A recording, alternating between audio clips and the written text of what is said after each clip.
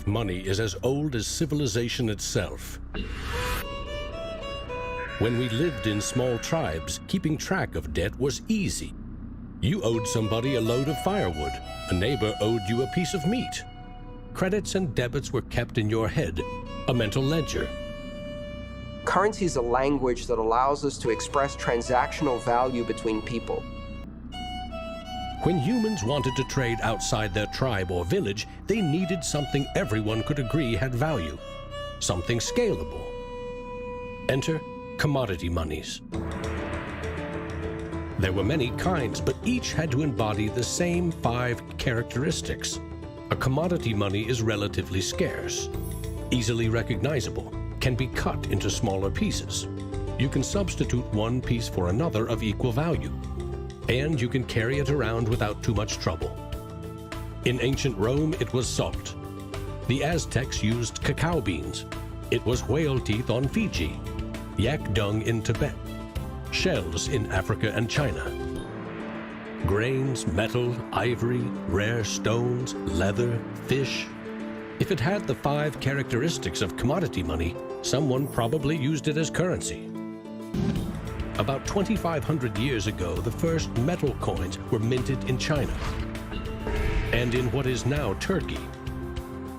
These coins shared the same 5 characteristics with commodity money, but were also very durable. In some cases, coins are the only thing left of entire civilizations. They allowed people to buy and sell goods over vast regions. The market economy was born. Coins worked, but only if people trusted that the king or emperor who issued them wasn't cheating on the metal content. Using coins also meant that an authority now controlled the supply of your currency. Money and political power were inextricably linked, centralized. Minting coins in a steady and predictable manner allowed economic growth and stability. The Wushu coin in China retained its value for 500 years. In Constantinople, the solidus lasted for 700 years. Taxes built castles and financed military campaigns, expensive hobbies. Soon, royal mints were substituting cheaper metals for silver and gold. This is called debasement, and Europe's kings made a habit of it. The currency of France was debased every 20 months for 200 years. If no one can trust the gold or silver content of your coins, how can you trade with other countries? International merchants found a solution. They recognize that one person's debt has value. It can be traded or transferred. When those IOUs came from reputable sources, they could be used as a form of money, paper money. This money was not based on hard commodities or metal, but instead on someone's promise to pay. Merchant families like the Medici in 15th century Florence acted as clearinghouses for these IOUs. It worked like this. An English trader ordered a shipment of Italian cloth from the Medici for 100 gold coins. His promise to pay the Medici was put on paper. Meanwhile, the Medici owed 100 gold coins to another trading partner for delivery of wine from France. The parties didn't go to the expense of transporting and exchanging gold coins. Instead, the paper was transferred. Everyone agreed that the paper had value, 100 gold coins, but only because everyone trusted the Medici as solvent middlemen. They had created a paper money machine. When the U.S. won independence from Britain, the first article of the new Constitution gave Congress the exclusive right to coin money. This currency's value was tied to gold in government vaults. From 1781 until the Panic of 1907, the financial system of the U.S. was an economic petri dish. Brief central banks, state banks, private currency, government currency, depressions, strong growth, recessions, regular boom and bust cycles. In 1913, bankers and politicians decided that it was in the country's best interest and theirs to have a permanent central bank. They created the Federal Reserve. Among its jobs, expand or contract the supply of a single national currency, the Federal Reserve Note. The dollar was tied to gold, and strategic control of it would avoid booms that lead to busts. At least that was the plan. Then came 1929. The Great Depression would have a profound effect on monetary policy worldwide. I shall ask the Congress for the one remaining instrument to meet the crisis: broad executive power. Soon, the Fed had printed nearly all the money it legally could to pump life back into the economy. It needed gold to fire up the mint. So in 1933, President Roosevelt issued a controversial executive order, forcing all U.S. citizens to sell their gold to the Federal Reserve at a fixed price, or go to prison. The Fed offered far more cash to foreign governments for their gold. Many jumped at the offer. Gold flowed in, and dollars spread across the globe.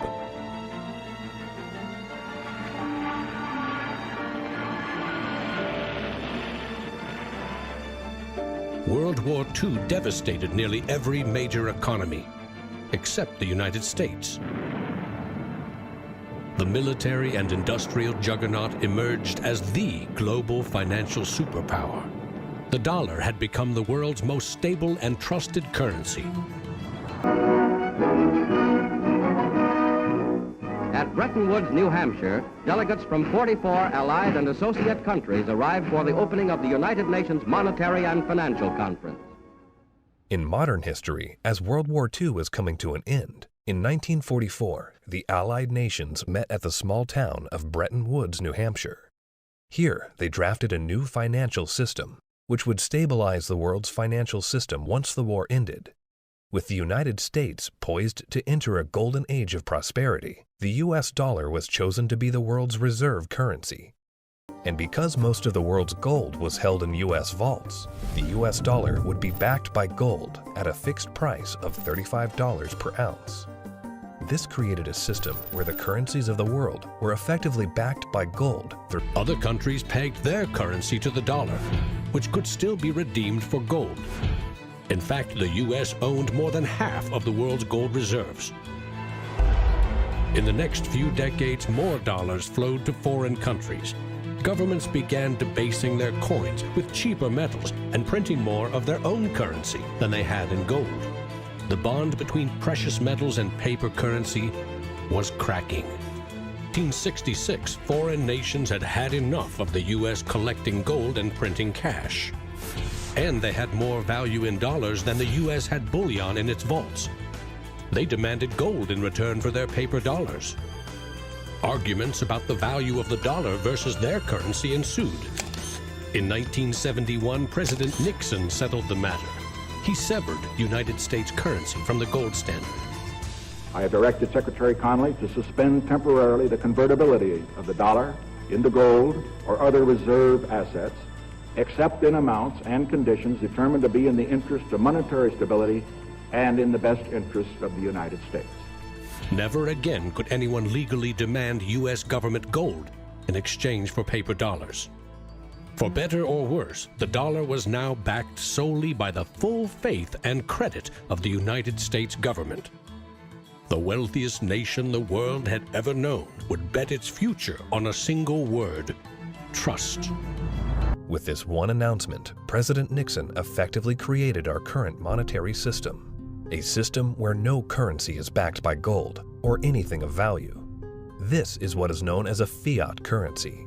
At one time, every piece of paper money was backed by gold. Remember, for every $20 bill, there was $20 worth of gold in the government vault. Not anymore.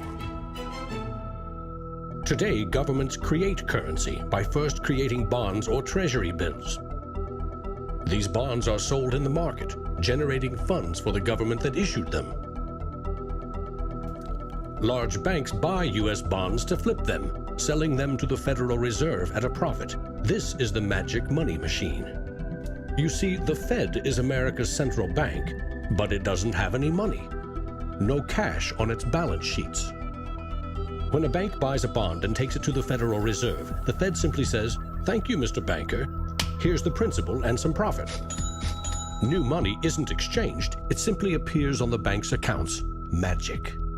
For 100 years and counting, the precise mechanisms of these bond purchases have remained a secret. Here's where it gets really interesting. The Federal Reserve is not a government agency. It's a private entity, and its shareholders are banks which earn a dividend. As much as $80 billion per year total are paid out to some of the very same banks that sell the government debt to the Fed. Which banks? Don't even bother asking. That's also a secret. In other words, the magic money machine answers to no one. The Fed also sets the bar for how much interest you pay for a car, home, or business loan. We put our paychecks and savings into a bank account and draw from it as we need it. The banks are custodians of our money. Right? Wrong. It is now the property of the bank on their balance sheets. They can do just about anything they want with it. For example, create new money. Here's how. Your bank account shows $100, but the bank only holds $3 and loans $97 to Bob to buy something. In the bank's computers, you still have $100 in your account, but Bob now has $97 of new virtual money in his account, just digits on a computer screen. There's no cash, no gold, or anything else backing up the new numbers in Bob's account. Just his promise to pay it back. This is new money created as debt. When those $97 are spent, say in a shop, the shop owner deposits into another bank, and it is lent out again and again and again. And each of these people have numbers in their accounts showing that they own this money. So your original $100 has multiplied. Now there are over $3,300 in the system. This process of loaning out far more money than a bank actually has as cash on hand is called fractional reserve banking. Banks earn untold billions in interest every year by creating and lending virtual money. What's more, banks don't even need your deposit to create new money. If they consider someone credit-worthy for a loan, they can put new magic money into his or her account and start charging interest. In other words, all new money is debt. This is the part of money creation that isn't taught in economics class. Money in paychecks, bank accounts, 401ks, that loan to Bob, credit card debt, your home loan, all began life as virtual money created by the banks. In finance, we rely on trusted third parties like banks, credit card companies, remittance services. They keep track of money as it moves from one account to another, and they charge us handsomely for it.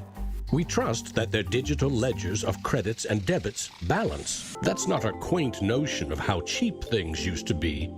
It's proof that the value of your cash is slowly withering away.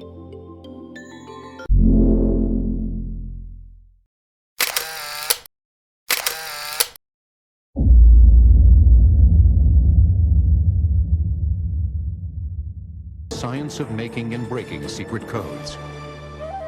To trace the development of codes is to uncover the very fabric of civilization. Once a culture reaches a level of sophistication in literacy, science, and language, the demand for secret symbolic communication flourishes. I think codes go back probably as far as there is language. People had something to keep secret. They needed to find some way to scramble it. For centuries, codes have been controlled by governments, employed in war, applied in diplomacy, and used in espionage. But with modern technology, the use of codes by individuals has exploded, enriching cryptology and empowering citizens. A communications boom has heightened the need for codes to keep the information private on the internet, at ATMs, and in medical offices. Today's complex codes are the result of a historic seesaw battle between code makers and code breakers that has pushed the very boundaries of science. Even though government has intruded increasingly into private lives and has greater capacities these days to intercept communications, The growth of encryption has made it possible for individuals to protect themselves and protect their privacy in a way that had never been able to be done before. You know, historically there's been a battle between cryptographers who make the codes and cryptanalysts who break the codes. And Edgar Allan Poe once said that any code that a man can invent, another man can break. But it turns out that that's probably incorrect. The best mathematical evidence we have is that that's not the case, that in fact code makers do win over code breakers. Code breaking will last as long as people make mistakes. But the code systems themselves are getting better and better. They can't be broken now if properly used. So I think we're in an era of the slow death of the code breaker, much as I regret it in a way, and increasingly in the era of the code maker. Science and mathematics have essential truth that stands alone, irrespective of its inventors and irrespective of their motives. Well, Bitcoin is a system based on mathematical truths, and these mathematical truths stand alone. We can read the source code in Bitcoin and understand. Bitcoin is digital currency and computer software. Capital B Bitcoin is the shared code that creates a global payment network using computers connected to the internet. Bitcoins are virtual currency, digital money created, stored, and exchanged on that network. But unlike virtual dollars created by a banker, this new currency was created with math by an anonymous inventor. Bitcoin is an open-source software protocol like much of the code supporting the internet and email. Open source means anyone, everyone, can use the protocol. No one person or company can control it. Every change to the software is public, open, and transparent. The code was first developed by Satoshi. Then there were dozens, now hundreds, of programmers constantly collaborating to improve Bitcoin's features and security. So what makes Bitcoin a breakthrough? It tackles an ancient human dilemma and solves a computer science problem.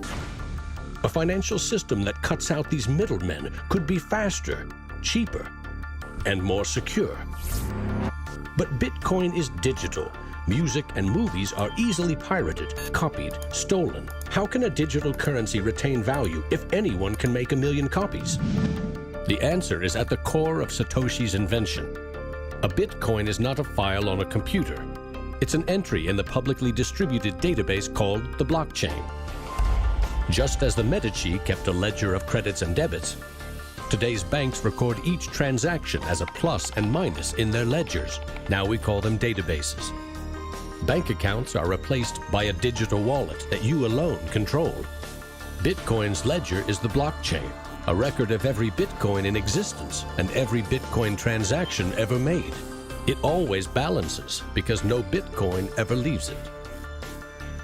When a Bitcoin is sent from one digital wallet to another, what they are really sending is control over that part of the database. Code that is a unique key for the new owner. As the network processes transactions, it constantly synchronizes the one ledger across the global network. Each computer or Bitcoin miner has a complete and identical copy. And because the blockchain is public, it cannot be controlled by any one person or computer. Owners of the Bitcoin mining computers are rewarded with new Bitcoins for processing transactions and keeping the network secure.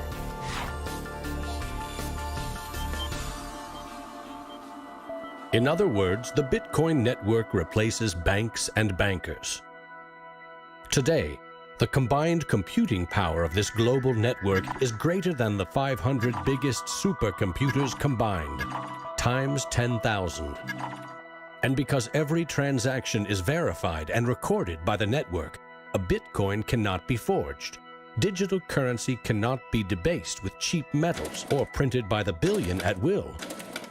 Too much currency can unleash a monster, skyrocketing prices, trillion-dollar bills that can't buy a loaf of bread. Mathematics and cryptography are used to regulate the creation of new bitcoins. The Bitcoin network is decentralized, meaning that instead of transactions and account balances being stored on a central computer or database, Bitcoin's ledger of accounts, more commonly known as the blockchain, is distributed across tens of thousands of computers around the world. The brightest minds that are building it is what truly gives it value. All Bitcoin transactions are cryptographically verified by thousands of computers on the Bitcoin network. These very powerful computers, known as miners, expend a massive amount of energy and processing power to verify the integrity. The decentralized nature of the Bitcoin network eliminates a single point of failure and makes it impossible to be hacked or to be shut down. Bitcoin transactions are transmitted peer-to-peer without the need for a third party, meaning that the user is in complete control of their money. Each Bitcoin is divisible into 100 millionth of a Bitcoin, called a Satoshi. These tiny fractions of a Bitcoin can be programmed to represent assets other than money. In this way, the Bitcoin blockchain can be used to verify transactions of all kinds of items without the need for a central authority. Bitcoin is first and foremost about changing how the financial system of the planet operates. The digital age has fundamentally changed the world. We have embraced digitized music, film, medical records, communications, the internet. The free exchange of information and currency can fuel revolutions, help in a disaster. But our money is shackled to the 20th century, manipulated by governments and banks. The champions of Bitcoin ask us to imagine payments without a middleman, investments without a broker, loans without a bank, insurance without an underwriter, charity without a trustee, escrow without an agent, betting without a bookie, record-keeping without an accountant, global, secure, nearly instant, and free. Is it fantasy or the future of money and commerce?